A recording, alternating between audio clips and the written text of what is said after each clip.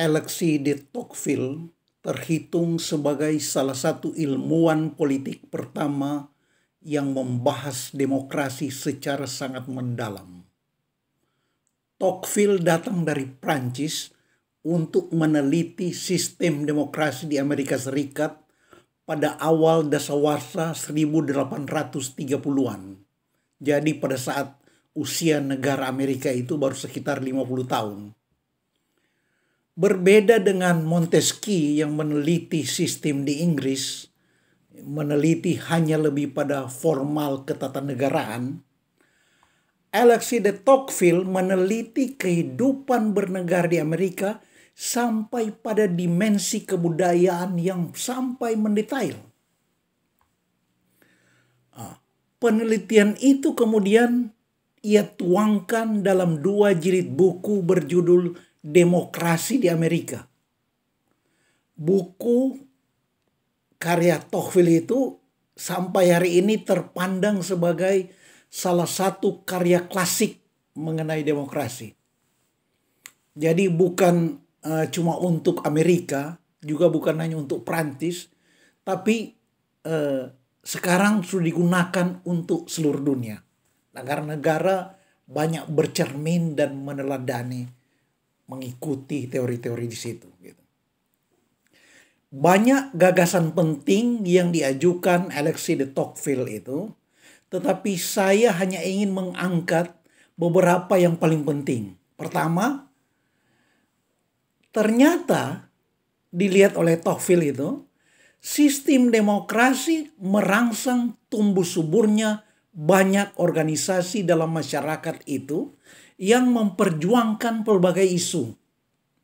Ini yang kemudian sampai sekarang lebih terkenal sebagai interest groups, kelompok-kelompok kepentingan. Apa yang sekarang kita kenal sebagai NGO, Non-Government Organization, LSM, lembaga swadaya masyarakat, itu berkembang dari suburnya kelompok-kelompok yang diamati oleh Tocqueville pada 2 abad lalu itu. Nah, suburnya lembaga-lembaga seperti itu kemudian memperkuat civil society. Aktivitas politik makin semarak. Partisipasi dan tanggung jawab politik warga bertumbuh, berkembang, sehat gitu. Demokrasi semakin sehat dan tangguh, menjadi kuat, mencapai semua yang terbaik dari yang dijanjikan oleh teori demokrasi. Maka negara dan bangsa makin maju.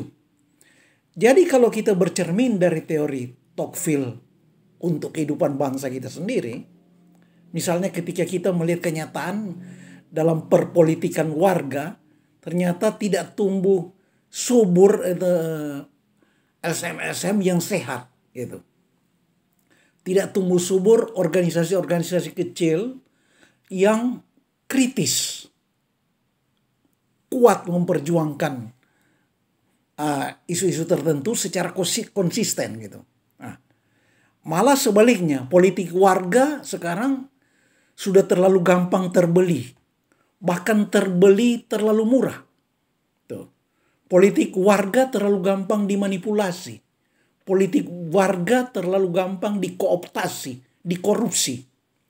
Itu penyebabnya jelas adalah tidak benarnya sistem demokrasi kita. DPR tidak berfungsi menjadi penyerap aspirasi rakyat. Sehingga tidak merangsang tumbuhnya pemasok-pemasok aspirasi ke DPR itu sendiri. Malah institusi-institusi warga itu sudah ditelan oleh partai-partai. LSM sudah tertelan oleh di dalam polarisasi partai-partai. Ada lagi teori Alexis de Tocqueville yang penting, yaitu ia melihat korelasi positif antara demokrasi dan perkembangan ekonomi, bahkan pemerataan ekonomi.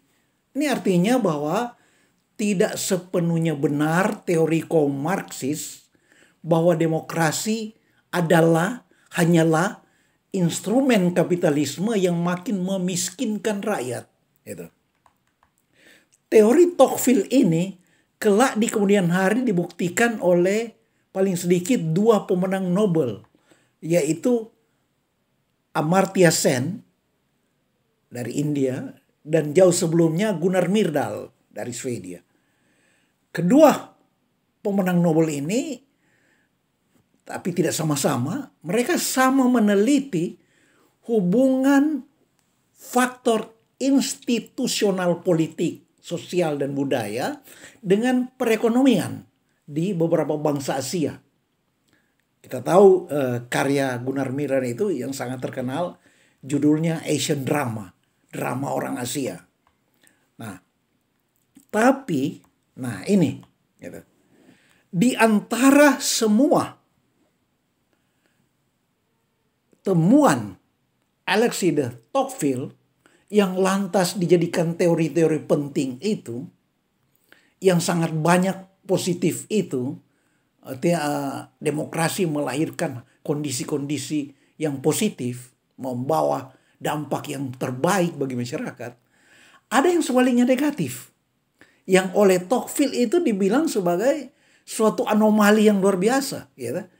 Yaitu buah demokrasi yang justru lebih buruk dari di zaman monarki absolut, gitu, bahkan lebih berbahaya. Apa itu? Begini, Tocqueville melihat betapa sistem demokrasi sudah menjadi proses pembungkaman suara-suara alternatif, pembunuhan suara-suara minoritas, dan pembunuhan itu dilakukan bukan oleh penguasa diktator, ya karena ini udah demokrasi kan.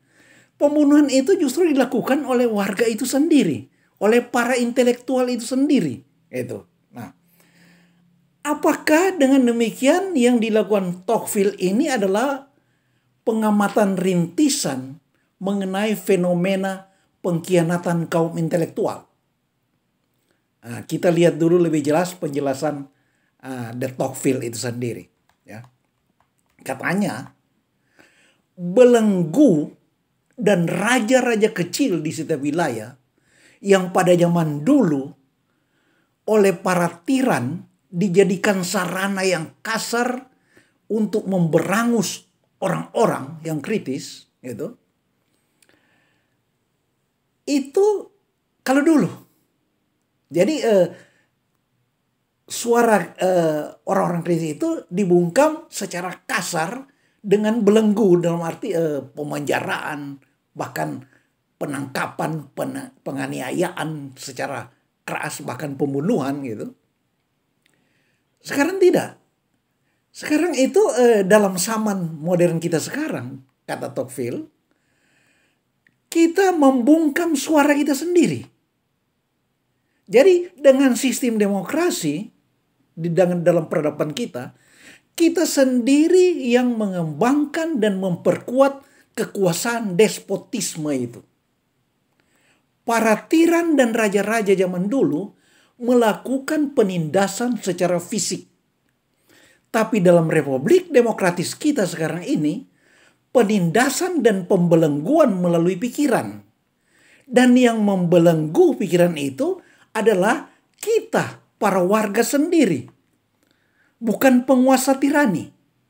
Kalau dulu, kata Tocqueville, tubuh orang disiksa, dianiaya, supaya tujuan mereka menganiaya itu supaya jiwa menyerah dan tunduk. Tetapi kita tahu, kata Tocqueville, jiwa itu selalu mampu untuk menghindar, mengelak dari pukulan fisik itu. Sehingga jiwa kemudian bisa bangkit dan tampil dengan bangga sebagai pemenang, kata Tocqueville. Tapi di dalam demokrasi, malahan jiwa itulah yang tunduk lebih dulu, tanpa perlu tubuhnya disiksa melalui penghukuman. Jadi apa yang terjadi? Ini betul-betul fenomena yang membingungkan, setidaknya bagi Tocqueville. Tapi ini sudah jadi fakta. Bahkan sampai sekarang kan, kita amat sering menyaksikan fakta sehari-hari betapa para intelektual termasuk mereka yang kelihatan kritis, vokal, ternyata sudah membebek pada suara penguasa, sudah membeo pada garis politik penguasa, gitu. Jadi apa yang sebenarnya terjadi? Begini, jika kita deskripsikan atau abstrakkan pengamatan Tocqueville itu, ia melihat bahwa sistem demokrasi sudah menjadi mesin yang secara mekanistis dan secara niscaya melangsungkan proses penyeragaman opini politik secara sangat fenomenal. Itu. Jadi penyeragaman opini publik itu terjadi secara luar biasa, masif, gitu, penyeragaman itu. Nah, suara-suara kritis terbungkam dengan gampangnya. Bahkan dibungkam sendiri oleh para intelektual itu sendiri. Begitu yang dilihat oleh Tocqueville. Tapi apakah betul itu adalah konsekuensi logis dari sistem demokrasi? Tidak. Tidak setepatnya seperti itu. Yang dilihat oleh Tocqueville itu hanyalah fenomena yang tampak di permukaan, lalu ia buru-buru menunjuk penyebabnya. Dan itu keliru. Gitu. Menurut saya, fenomena masyarakat dalam negara demokrasi modern itu terjadi oleh berpadunya dua faktor besar. Dua faktor besar itu adalah satu, ini faktor positif, baik ya, yaitu mekanisme demokrasi yang merangsang proses deliberatif. Diskusi nasional menjadi gencar karena dirangsang oleh mekanisme demokrasi. Itu. Jadi lebih gencar dibanding diskusi nasional di zaman prademokrasi. Gitu. Juga merangsang semaraknya penerbitan media massa, sehingga diskusi masyarakat terbuka itu semakin gencar. Nah, sebagaimana yang disepakati oleh banyak filsuf politik, sejak Jean-Jacques Rousseau, John Rawls, Habermas, proses itu akan lebih cepat mencapai rumusan-rumusan dengan kadar kebenaran tertinggi yang dibutuhkan dalam kehidupan berbangsa dan bernegara. Jadi, kalau polisi penyelenggara negara sudah benar, sudah memiliki tingkat kebenaran tinggi, ya semua intelektual yang jujur tentu akan menerima kan. Mereka justru akan dibilang goblok jika tetap mengkritik semua. Segala-gala harus dikritik. Itu kan. Itu goblok sekali. Gitu. Nah, inilah manfaat positif demokrasi. Gitu. Nah, sekarang faktor kedua. Ini yang ditelaah dengan sangat tepat oleh filsuf kebudayaan yang terkenal bernama Pitirim Sorokin. Pitirim Sorokin melihat tentang tumbuhnya selama beberapa abad mutakhir ini, yaitu suburnya apa yang disebut budaya Indrawiyah, sensate culture.